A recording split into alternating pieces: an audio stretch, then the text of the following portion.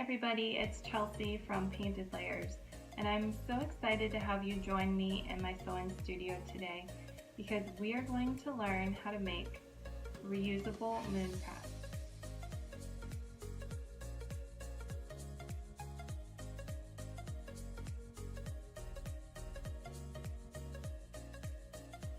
Now this project features recycled material. It's a great way to reduce your ecological footprint, put fewer toxins into your body, and to become more self-sufficient. If you haven't already, please subscribe to my channel because I will be making more eco-sewing videos to help you save money, save the environment, get creative, look and feel amazing. Let's get started. The first step is to make the pattern. I'm going to make this out of regular computer paper. First thing I'm going to do is draw a line 9.5 inches long by 8 inches across.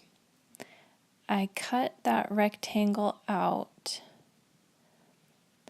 and fold it in half once and then fold it in half again, and then I make a kind of a S-shape curve along the side and then cut it out to get the pattern. And it should kind of look like this when you're done. So you're going to make 2 of these pieces, one for the back and one for the front. And for the front piece, you want to cut a rectangle in the middle, and that's going to be about 3 1/4 inches wide. So you have the rectangle strip in the middle, and then you have 2 triangles on the side. So we're going to take the rectangle piece, that's going to be the absorbent center of the pad. And you want to use a fabric that's absorbent. I'm using a fleece here, but terry would probably be even a better choice. So cut that piece out and then put it aside. So now we're going to cut out the back and the 2 side pieces. And I'm using this beautiful fabric that I found left over from someone's project that they donated to the thrift store. It almost looks like a butterfly wing. I really like it. So I'm going to cut out the side pieces, and you want to fold the fabric in half so you can easily cut 2 pieces at once. And then I'm going to cut out the back piece. I do that on a fold as well, so that both sides are even. And then you have all your pieces cut. Next, you're going to sew each side piece right sides together onto the middle part. I'm just going to use a simple straight stitch to do this.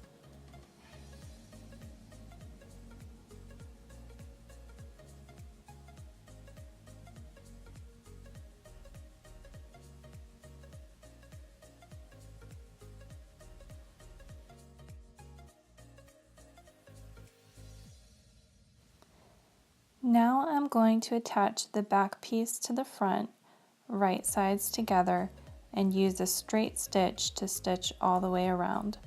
I'm going to leave about an inch, 1.5 inch gap so I can turn it around. Here I'm adding some wonder clips just to make sure that everything is straight while I'm sewing.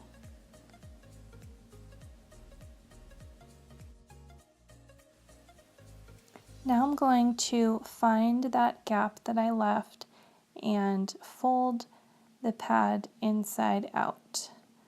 You can also cut around the edges if you have any bulkiness.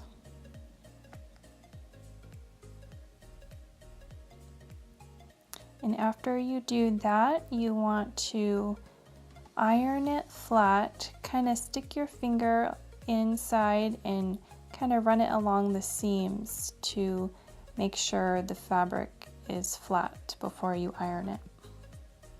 When you're ironing, just go around the sides Try not to get the iron on fleece because fleece will melt if it gets too hot. Once you've finished ironing, you want to draw 2 lines down the middle of the absorbent lining.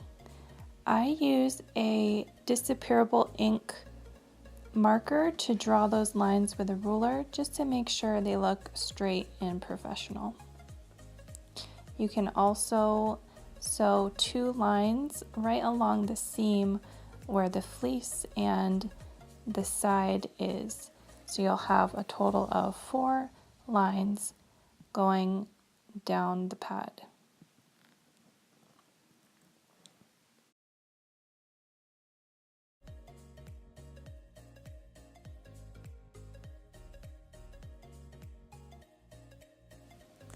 The next step is to top stitch all the way around the pad. You can use a color that you think looks good and contrasts well with the fabric that you're using. The last step is to add the snaps. I'm going to choose this mint green color. I think it looks really good with the fabric. So you need a pair of snap pliers like this, which you can find online, and plastic snaps that you want to use. So first we're going to grab the part that sticks out and then a thumbtack that's going to go on the other side of that, and then grab a whole piece and then another thumbtack piece that's going to connect onto that. So you have 4 plastic pieces total. An easier way to get these snaps on is to use this tool called an awl. So you want to use it to make a hole on the side, and you want to have the part that sticks out face towards the back. So I'm puncturing a hole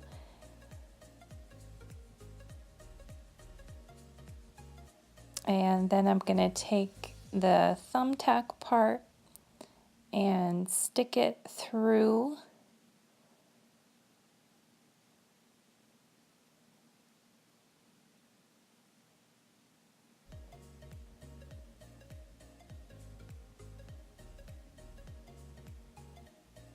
and then use the pliers to squeeze and attach the snap.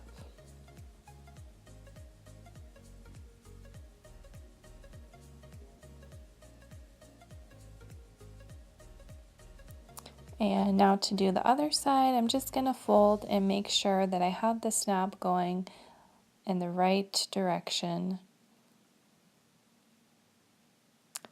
This can be a little tricky, so just double check before you press it down to make sure you have it going the right way. So same thing on the other side, poke a hole and use the thumbtack part to go through that hole, get it in there really tight, grab the open end, put that down, and then use the pliers to squeeze it.